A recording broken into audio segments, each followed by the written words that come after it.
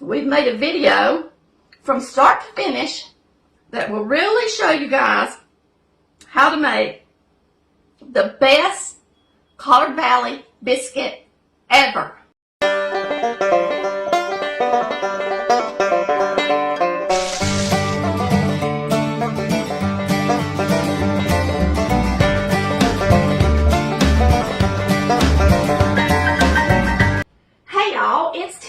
With Collard Valley Cooks, and I decided it is finally time to make a wonderful biscuit video for you biscuit lovers.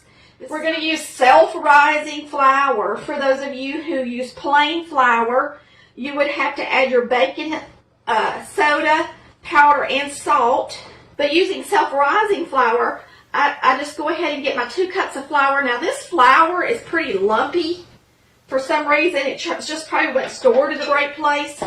So I'm actually going to sift this flour. If you've got flour that's not lumpy, you don't have to sift it. But I'm telling you, it will make a fluffier biscuit if you do. Okay? So I'm going to place this in my bowl. And I'm actually going to use a 1/4 teaspoon of soda. And we're going to sift this into a bowl. I like to use these Pyrex bowls because they are perfect to blend your shortening into your flour. The shape of them makes it so much easier to blend with my blending fork, and I'll show you what I'm talking about when we get down to that point. Now, when you're finished sifting, if your flour is lumpy, you're going to see lumps of flour down in the bottom of your sifter. And I'm just going to take my hand and press them through the bottom. In this, all I'm adding is a 1/4 teaspoon of soda with 2 cups of self-rising flour. Now, you're going to take out your shortening.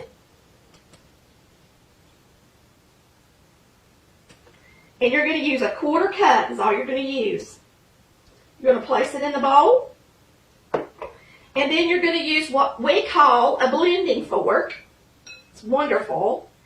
And you're going to press the flour and shortening together with your blending fork. Now the reason I like this bowl is because when you're pressing the flour into the sides of the bowl, you can see that it's just the perfect shape for my blending fork to blend the shortening into the flour. Continue to blend the shortening into the flour by pressing it against the sides of the bowl with the blending fork. The great thing about a blending fork is it doesn't get stuck in there. It just continues to blend the shortening in. It's way better than a pastry blender. Now, for your shortening, you're just going to want it in about pea-sized pieces. So do not get it too small, and really that's enough. It doesn't take but probably about 60 seconds really to get it like you need it. Okay? So once that is done, and this is whole buttermilk. Now, if you use a thinner buttermilk, it may take a little more.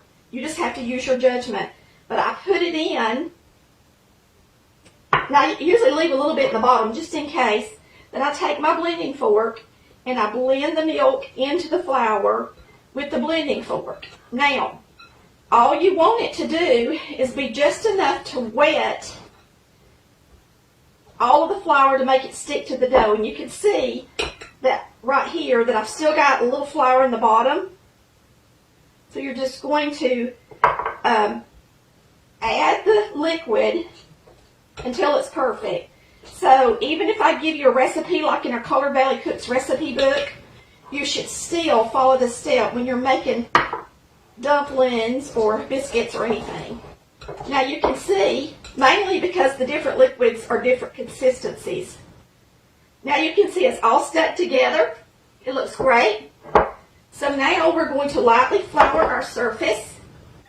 And I usually use about a 1/2 cup of flour before it's over.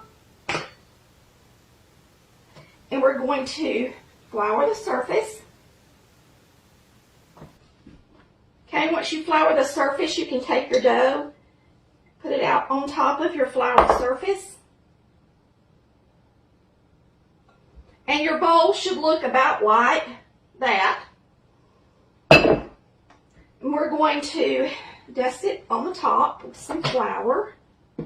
And now the fun part, you get to fold this over at least 7 or 8 times, preferably 10.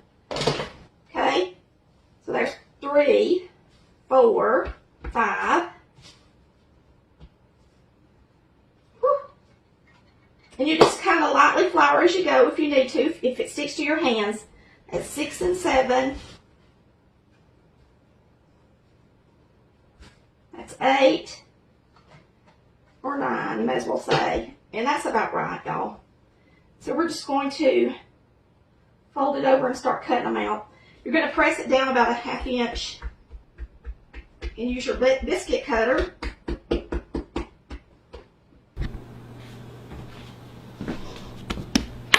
Now we're just going to cut the biscuits out.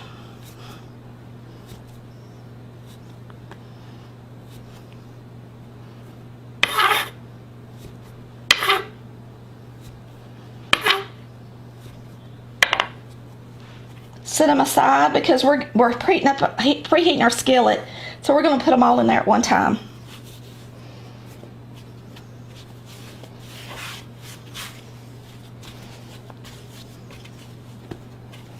And you're just going to fold it over and get it nice and flat again. Press it down. Get another couple. And then I like to take the rest of the last dough and just make a roll out of it.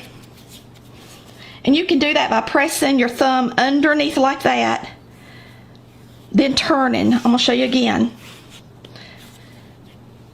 Make sure you got some flour on your hands. But you're going to use your thumb and go press it kind of under there and roll. If you see a place that needs to be tucked, you know, like that has a crease in it where the dough went together. You want it to be nice and pretty and flat on the top.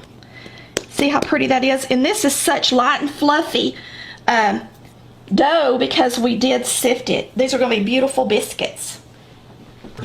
And we're going to butter our preheated skillet. And I've already turned the eye off. Just once it gets good and hot, you can just go ahead and turn it off.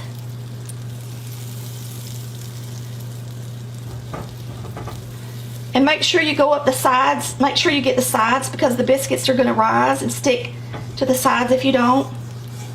Because these biscuits are going to rise up real pretty, especially since we sifted the flour. Now we're going to place our biscuits in there.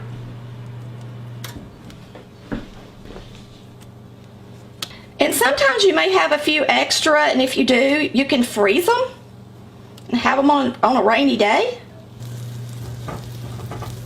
Like I've got a couple of extra, so you can actually just take your extra biscuits and put them in the freezer. You're going to bake these at 450 degrees for 20 minutes. So you can see our pretty biscuits. Now we're about to pull out some that we've already made that are coming out of the oven right now.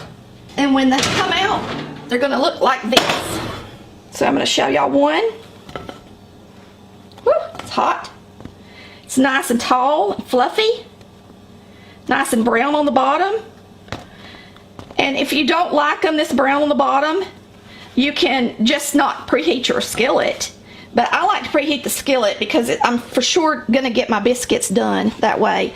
Now you can just take some butter and melt it on the top of each one.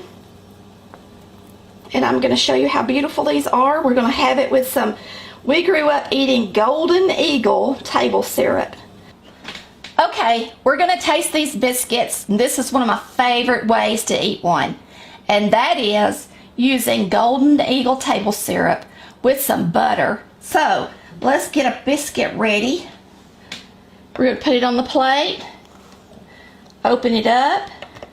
And you can see how light and fluffy and airy that is in there. You don't want your biscuits to be dense. And nothing makes a biscuit any better than White Lily self-rising flour and, believe it or not, shortening. This is how we eat ours. I also like them with gravy and cantaloupe. Get you some table syrup, put it on your plate. Now my husband, I'll show you how he does his. Instead of buttering it like that, he actually takes his butter and he mixes it in with his syrup. That's the way he likes to eat his. Just like that. And everybody has their favorite ways of doing stuff.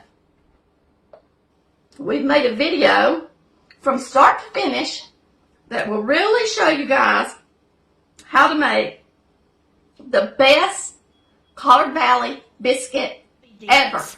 I actually seen somebody make biscuits today. She was making about the same amount that I just did, and she used a whole cup of shortening. And let me say this, her biscuits you might think taste good, but I'm sure they're really dense and heavy. So you don't really want your biscuits to be dense and heavy. You want them to be light and fluffy, okay? And they're also more dense and heavy when you freeze them, especially the frozen ones you can buy in the store. If you think they're good, you've forgotten how good a real homemade biscuit tastes. Bye, y'all.